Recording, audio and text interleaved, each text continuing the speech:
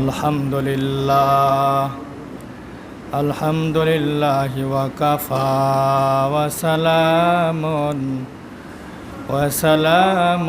আলা ইবাদিহিল্লাযিনা ইসতাফা আম্মা বা'দু ফাআউযু বিল্লাহি মিনাশ শাইতানির রাজীম বিসমিল্লাহির রহমানির রহিম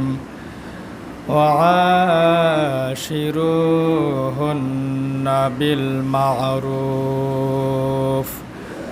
وقال رسول الله صلى الله عليه وسلم ثلاثة حرم الله تبارك وتعالى عليهم الجنة مدمن الخمر والعاق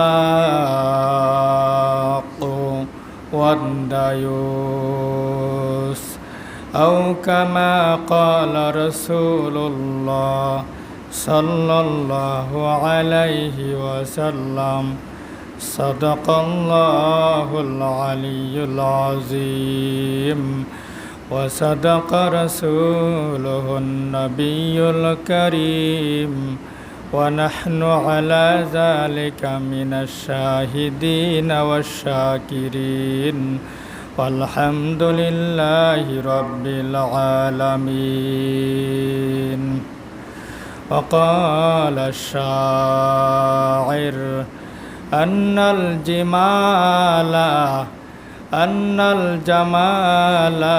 جمال العقل أن الجمال جمال العقل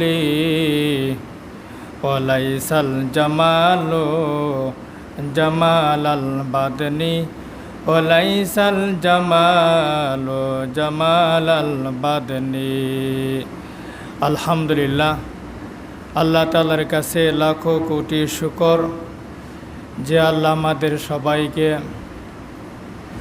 এই ফিতনার জামানায়, এই ফাসাদের জামানায়, ঈমান হারানোর জামানায় সবাইকে মসজিদে আসার তৌফিক দান করেছেন। সেজন্য আমরা মাবুদের কাছে, আল্লাহ তাআলার কাছে সকলে জোরে সুরে বলি আলহামদুলিল্লাহ। সম্মানিত হাজিরিন, সম্মানিত উপস্থিতি, আজকের আলোচনার বিষয় যেটা আপনাদের সম্মুখে উপস্থাপনা করা হবে, একজন স্বামী তার স্ত্রীর উপর দায়িত্ব। একজন স্বামী তার স্ত্রীর উপর দায়িত্ব। আল্লাহ সুবহানাহু ওয়া তাআলা তিনি কুরআন শরীফের মধ্যে ইরশাদ করেছেন এবং পয়গম্বর বিশ্ব নবী রাসূলুল্লাহ, সকলেই বলি সাল্লাল্লাহু আলাইহি ওয়াসাল্লাম, তিনিও ইরশাদ করেছেন যে একজন স্বামী তার স্ত্রীর উপর কি কি দায়িত্ব আছে এবং কি কি করণীয় আছে এ সম্পর্কে ইরশাদ হয়েছে। একজন স্বামী যখন, একজন পুরুষ সে যখন বিবাহ করে, বিবাহ করার পর তার ঘরে তার স্ত্রী আসলো, আবার কিছুদিন অতিক্রম হয়ে যাওয়ার পর ওই সংসারের মধ্যে তার ছেলে বা মেয়ে আসলো। এভাবে তাদের পরিবারটা ধীরে ধীরে এরকম বড় হতে থাকে। সবার পরিবার এরকমভাবে ধীরে ধীরে এরকম বড় হতে থাকে। সুতরাং এক্ষেত্রে কিন্তু একজন স্বামীর কারণেই তার ঘরে স্ত্রী এসেছে, তার ঘরে সন্তান এসেছে। সুতরাং স্বামীর কিছু দায়িত্ব আছে, যে দায়িত্বগুলো আমরা লক্ষ্য না করার কারণে আমরা সব সময় নামাজও আদায় করি, সব সময় এরকমভাবে উলামায়ে কেরামদেরকে মহব্বত করি, যে সকল বিষয় আদায় না করার কারণে এরকমভাবে ওই পুরুষটা সে দায়ুস হতে যাচ্ছে, সে নিজেও দায়ুস হতে যাচ্ছে। শুধু মহিলা যে দায়ুস হয় এরকম না, অনেকেই আমরা শুনি বা জেনে আসছি শুধু দায়ুস শুধু মহিলা হয়, যে মহিলা এটা দায়ুস, এটা মুখ খারাপ, তার ভাষা ভালো নয়, তার চরিত্র ভালো নয়, বেপর্দা হয়ে চলে, নামাজ আদায় করে না, স্বামীর কথা শুনে না, এরকম শ্বশুর শাশুড়ির কথা শুনে না, পিতা মাতার কথা শুনে না। সুতরাং এ হলো দায়ুস। দায়ুস কাকে বলে এই বিষয়টি আমাদের ক্লিয়ার করতে হবে। দায়ুস উহাকে বলে, কিতাবের মধ্যে লেখা আছে দায়ুস উহাকে বলে যিনি অমঙ্গল দেখে এরকম সন্তুষ্ট থাকে। অমঙ্গল দেখেছে, খারাপ কিছু দেখেছে, মন্দ কিছু দেখেছে, শরীয়ত বহির্ভূত কোনো কাজ দেখেছে, নিজের পরিবারের ক্ষেত্রে সেটা দেখার পরও সে সন্তুষ্ট, সেটার জন্য সে কোনো প্রতিবাদ করল না, তাকে বলা হয় দায়ুস।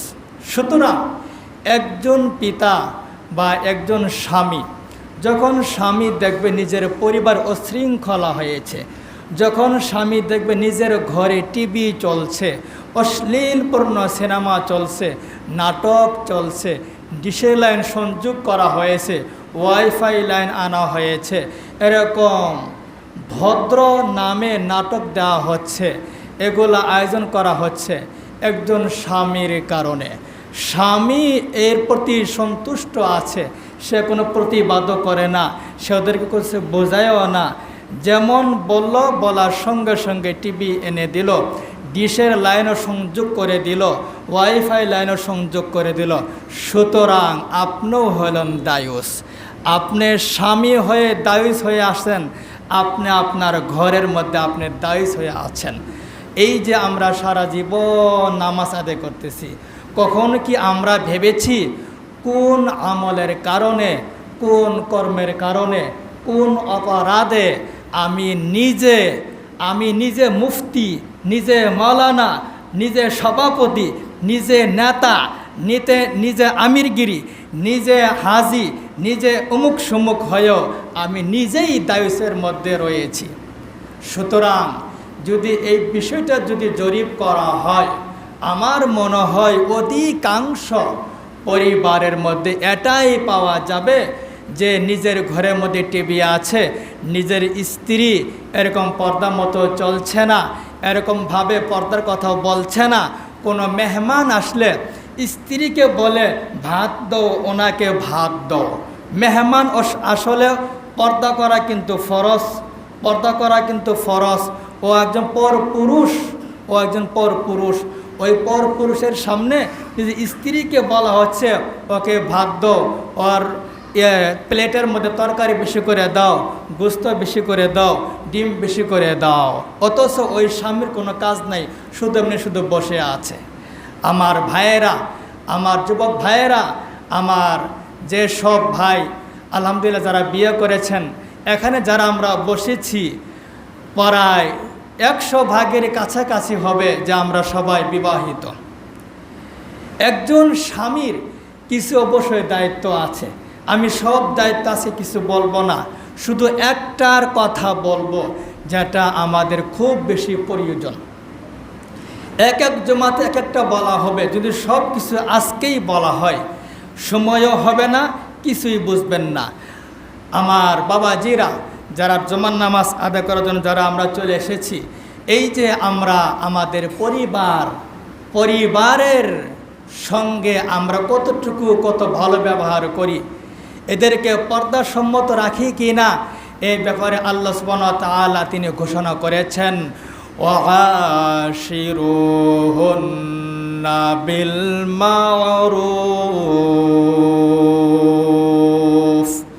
আল্লাহ সুবহানাহু ওয়া তাআলা তিনি ঘোষণা করেছেন, ও পুরুষ জাতি তোমরা বিবাহ করেছ, ও মহিলা জাতি তোমরা বিবাহ বসেছ, সুতরাং এখন তোমাদের বিবাহ বন্ধন যেন সুন্দর করে যেন চলে, এদিকে তোমরা লক্ষ্য রাখবা। যেন তোমাদের এই দাম্পত্য জীবন যেন সুখময় যেন হয়, যেন ভালো যেন হয়, অবশ্যই এইদিকে তোমরা লক্ষ্য রাখবে। তোমাদের জীবনটা যেন ইসলামিক জীবন যেন হয়, তোমাদের জীবনটা যেন একটা বেহেশতের যেন জীবন হয়, তোমাদের ঘরটা যেন একটা বেহেশতের যেন টুকরা হয়, তোমাদের ঘরটা যেন একটা রহমতের ঘর যেন হয়, তোমাদের বাসা যেন একটা বরকতময় পূর্ণ একটা ঘর হয়, বাসা হয়। সকলে বলেন সুবহানাল্লাহ। আশিরুহুন্না বিল মারুফ, তোমরা বসবাস করো, স্বামী স্ত্রী তোমরা বসবাস করো বিল মারুফ, নেই সঙ্গত সুখে তোমরা বসবাস করো। সুখের জন্য অনেক টাকা পয়সা প্রয়োজন নেই, সুখের জন্য বিশাল টাকা পয়সা প্রয়োজন নেই, সুখের জন্য ওই পরিমাণে টাকা পয়সা প্রয়োজন, যতটুকু প্রয়োজন ওইটুকু হলে যথেষ্ট। যদি টাকার মাধ্যমে মানুষ সুখে থাকতো, তাহলে আমাদের দেশে যারা ধনী যারা আছেন এরাই অনেক সুখে থাকতো। জরিপ করে দেখা গেছে যারা বেশি ধনী, যারা বেশি এরকম অনেক গাড়ির মালিক, অনেক ব্যাংকের মালিক, অনেক ক্ষমতা রয়েছে, ওদের পরিবারে আরও বেশি অশান্তি। কথা ঠিক নাকি বেঠিক? আল্লাহ সুবহানাহু ওয়া তাআলা বলেন, ওয়াশিরুহুন্না বিল মারুফ, ও স্বামী ও পুরুষ তুমি বিবাহ করেছো, তুমি বিবাহ করেছ, সুন্দর করে বসবাস করো, নেই সঙ্গত বসবাস করো, শরীয়ত সম্মত বসবাস করো, নিজের পরিবারকে পর্দা মতো রাখো, নিজের পরিবার যেন পর্দা মতো চলে সেদিকে লক্ষ্য রাখো। ও আশিরুহুন্না বিল মারুফ, একজন স্বামী তার অবশ্যই দায়িত্ব আছে নিজের স্ত্রীকে পর্দা সম্মত রাখা। আপনারা কি বলেন, নিজের স্ত্রীকে পর্দা সম্মত রাখা এটি কি স্বামীর দায়িত্ব কি দায়িত্ব নয়? অবশ্যই দায়িত্ব। নিজের স্ত্রীকে এরকমভাবে পর্দা মতো রাখবেন। নিজের স্ত্রীকে যদি আপনি পর্দা মতো রাখেন, তাহলে আপনি ইহকালও নাজাত পাবেন, পরকালও নাজাত পাবেন। আপনারা যারা এরকমভাবে মোবাইল চালান অথবা দুনিয়ার খবর যারা রাখেন, দেখা গেছে যারা পর্দা না করে ওদেরই স্ত্রী, ওদের ওয়াইফ তারা সমস্যা করে নিজের ঘর সংসারকে ভেঙে তারা চলে যাচ্ছে। সুতরাং শুধু একটাই সমস্যা, নিজের স্ত্রীকে সে পর্দা মতো রাখে নাই। পর্দা মতো না রাখার কারণে তার আজকে এই অবস্থা। আমরা যখন এইভাবে পর্দাভাবে চলব, পর্দার কারণে ইনশাআল্লাহ অবশ্যই আমাদের সবার ঘরে বরকত আসবে। আল্লাহ সুবহানাহু ওয়া তাআলা আমাদের যেন সবার ঘরে যেন আমরা পর্দা করতে পারি। সকলে জোরে সোরে বলি আমিন। এ সম্পর্কে আল্লাহ সুবহানাহু ওয়া তাআলা তিনি কোরআনেও বলেছেন এবং পয়গম্বর বিশ্বনবী রাসূলুল্লাহ সাল্লাল্লাহু আলাইহি সাল্লাম তিনি ইরশাদও করেছেন। আমার ভাইয়েরা, আমার বন্ধুগণ, এই যে বিষয়টি উল্লেখ করলাম যে নিজের স্ত্রীকে আমরা এরকম পর্দা মতো রাখব, আমরা পর্দা মতো রাখব, নিজের মেয়েকে আমরা পর্দা মতো রাখব, নিজের ভাগ্নিকে পর্দা মতো রাখব, নিজের ভাতিজিকে পর্দা মতো রাখব, নিজের এরকম যারা আশপাশে যারা পরিবার এরকম যারা আছে প্রতিবেশী সবাইকে আমরা পর্দা মতো রাখব। আল্লাহ সুবহানাহু ওয়া তাআলা আমাদের সবাইকে এরকম পর্দা মতো রাখার তৌফিক দান করেন। সকলে জোরে সোরে বলি আমিন। আমার ভাইয়েরা, এই যে পর্দা জিনিসটা এত গুরুত্বপূর্ণ জিনিস। যখন একটা মহিলা ঘর থেকে বের হয় বেপর্দা অবস্থায়, মাথায় কোনো কাপড় নেই, পরনে কোনো বোরকা নেই, অবশ্যই ওই স্ত্রীকে রাস্তার ঘাটের এরকম যারা অবস্থান করে বা যারা থাকে তাদেরকে নজরে কিন্তু অবশ্যই পড়ে। যখন অবশ্যই পড়ে, ওই সময় তারা মনে করে মুখের স্ত্রীটা এরকম দেখছি। সুতরাং ওই দেখার মাধ্যমে একটা নজর এসে গেল। এই নজর আসার মাধ্যমে আপনার ঘরের মধ্যে অবিরাম সবসময় এরকম অশান্তি শুধু আসবে। আল্লাহ পাকের গজব শুধু আর গজব আসবে। সুতরাং এই গজব থেকে আমরা রক্ষা পাওয়ার জন্য একটাই উপায় হলো নিজের স্ত্রীকে এরকমভাবে তাদেরকে পর্দাসম্মত রাখা।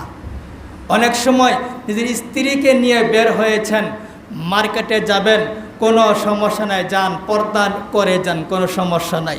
নিজের স্ত্রীকে নিয়ে বের হয়েছেন, একবারও স্বামী বলল না বোরকা পরে বের হও, একবারও স্বামী বলল না তোমার মাথার কাপড় কোথায়, মাথায় কাপড় দাও, একবারও পিতা তার মেয়েকে বলল না যখন তুমি বাহিরে যাবা অবশ্যই বোরকা পরে যাবা, একবারও মামা তার ভাগিনীকে বলল না যখন তুমি বাহিরে যাবা অবশ্যই তুমি পর্দা করে যাবা।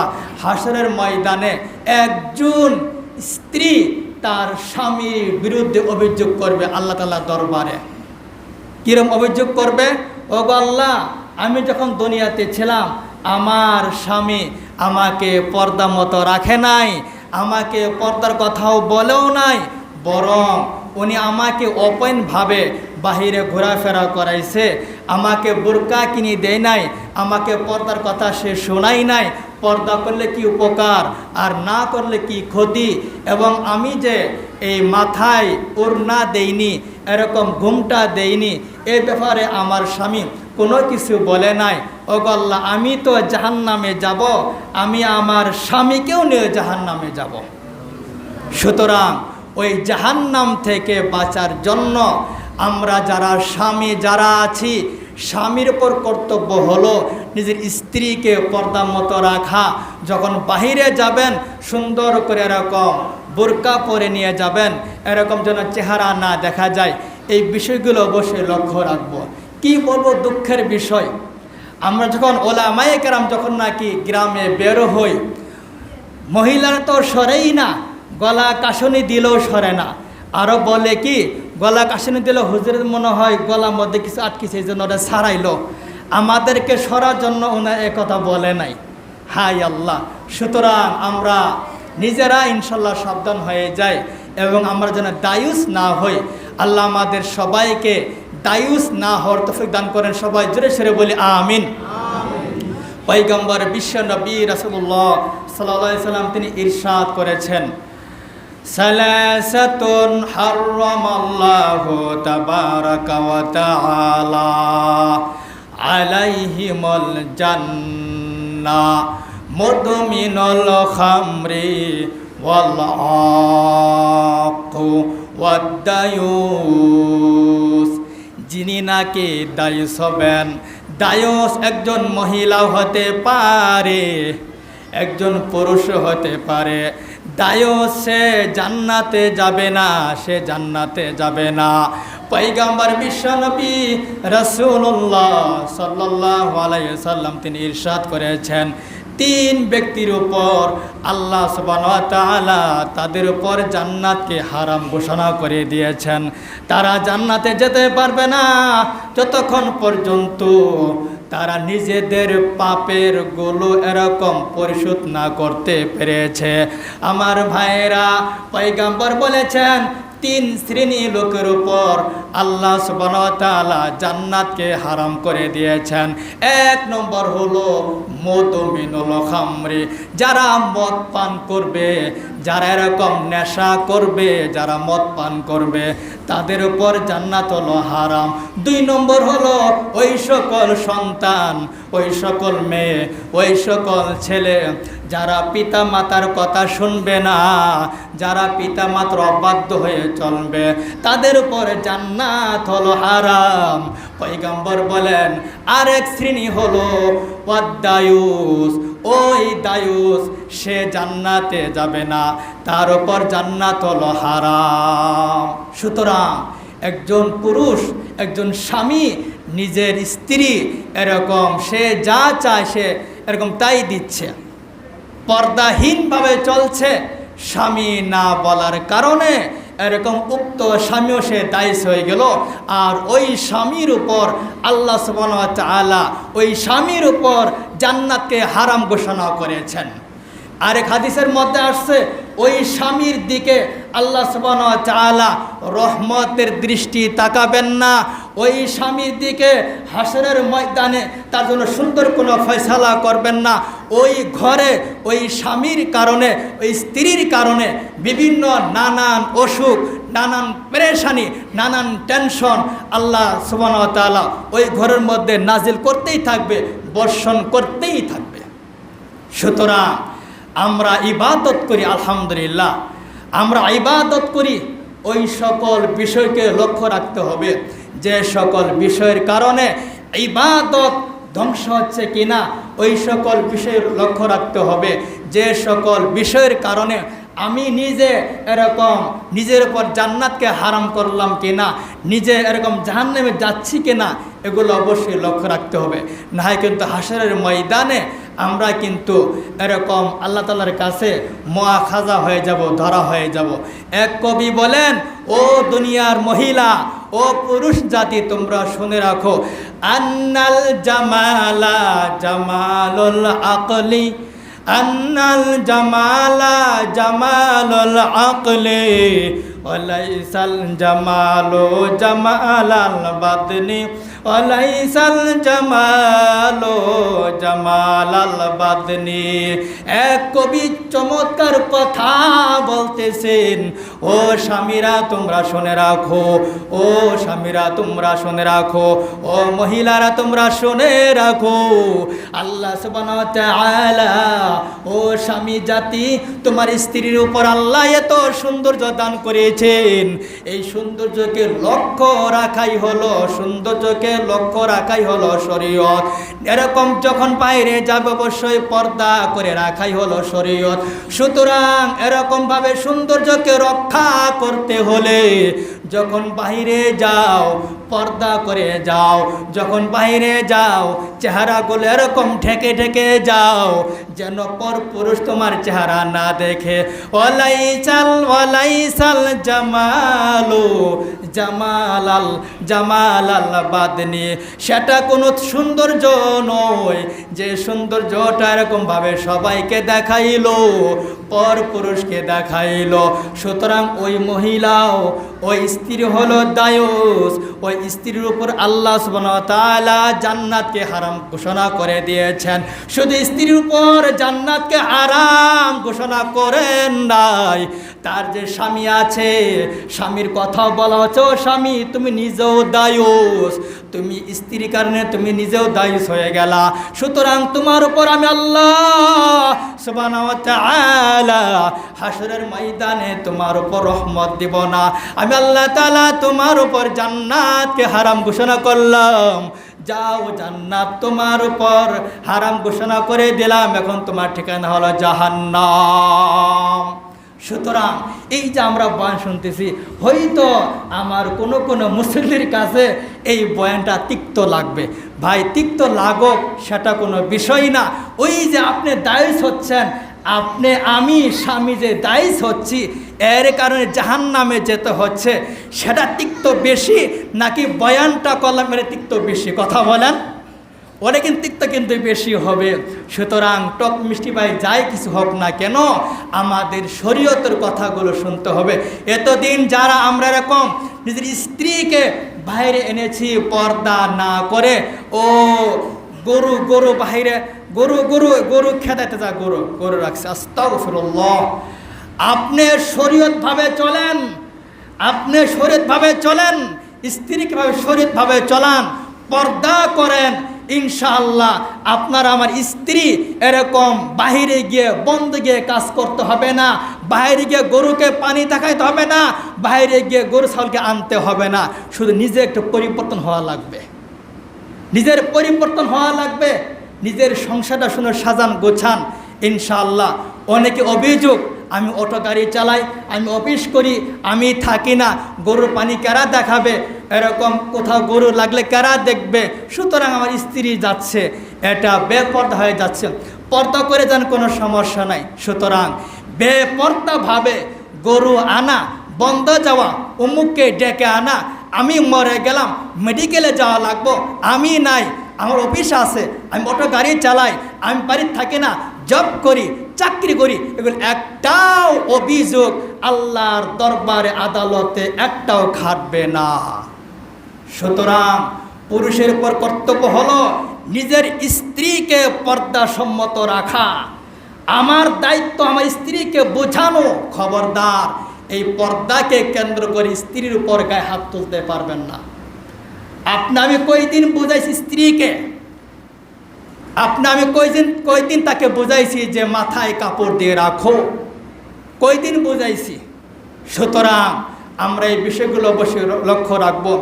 স্ত্রীকে সুন্দর করে বোঝাবেন, আপনি আপনার স্ত্রীকে বোঝাবেন সুন্দর করে কথাগুলো। যদি আপনি ব্যর্থ হয়ে যান তাহলে এরকমভাবে মাঝে মধ্যে ওলামায়ে কেরামদেরকে এরকম তাদের ডেকে এনে, তাদেরকে দাওয়াতের মাধ্যমে ডেকে এনে আপনার স্ত্রীর কাছে বয়ান শোনার এরকমভাবে ব্যবস্থা করেন, ইনশাল্লাহ কাজ হবে। আর এছাড়াও এরকমভাবে দাওয়াত ও তাবলীগ এরকম মহিলাদেরকে নিয়ে যাওয়া হয় দিন শিক্ষার জন্য, পর্দা শিক্ষার জন্য, সেখানে নিয়ে যান, ইনশাল্লাহ অনেকটা কাজ হবে। এগুলা যদি আপনি যতগুলা পন্থা আছে এগুলো যদি আপনি অবলম্বন করেন, অবলম্বন করার পর যদি আপনার স্ত্রী আপনার কথা না শুনে আপনি দায় মুক্ত হয়ে গেলেন। কিন্তু আপনাকে বলতেই হবে, বলে যেতেই হবে। ইনশাআল্লাহ একদিন না একদিন অবশ্যই সে দেখবেন পর্দা করতেছে, পর পুরুষের সামনে যাচ্ছে না। আমার কাছে ওই বিষয়টার বেশি তিক্তত লাগে। ওই স্বামী কতই না হতভাগা, ওই স্বামী কতই না দুর্বল যে বাড়িতে মেহমান আসলো, ও থাকে পাশে, বউকে আনে তুই এদের সাহেদারি কর। আস্তাগফিরুল্লাহ, আস্তাগফিরুল্লাহ, আমি এগুলা পারি না। তুমি পারো না কি ঘোরা ডিমটা পারো। আল্লাহ আমাদের সবাইকে হেদায়েত দান করো, সবাই জোরে সরে বলে আমিন। আমার ভাইয়েরা, ইনশাআল্লাহ যে বিষয়গুলো বলা হলো, আমরা যারা স্বামী যারা আছি নিজের স্ত্রীকে সুন্দর করে বোঝাবেন। আগে যা হয়েছে ওগুলো হয়েছে, ওগুলা আর বললে ফিরবে না। আল্লাহর কাছে তওবা করেন, তার ইনশাআল্লাহ আল্লাহ বসে গুনাহ খাতাগুলো মাফ করে দিবে। হয়তো বা কেউ বা বলবে এতদিন ওপেনভাবে চলাফেরা করেছে, পর্দা করে নাই, এখন আবার পর্দা করে।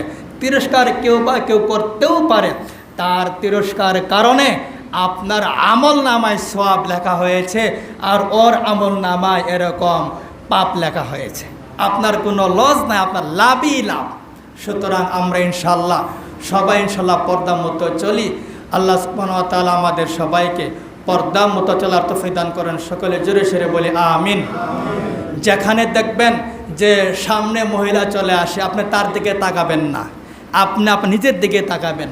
আমি আবার নিজের অভিজ্ঞতাই বলছি, অনেক বা এরকম কিছু মহিলা সামনে চলে আসে, এরা বললেও শোনে না।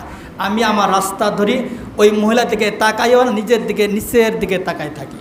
সুতরাং এই ফিতনার জামানায় আপনারা সবাই সতর্ক হিসেবে থাকবেন। আল্লাহ সুবহানাহু ওয়া তাআলা আমাদের সবাইকে সঠিকভাবে এই কথাগুলো শুনে আমল করার তৌফিক দান করেন। আবার জোরে সরে বলি আমিন। আমরা সকলে অবগত আছি, আমাদের এই শঙ্কর ঘোষ দোতলা মসজিদে প্রতি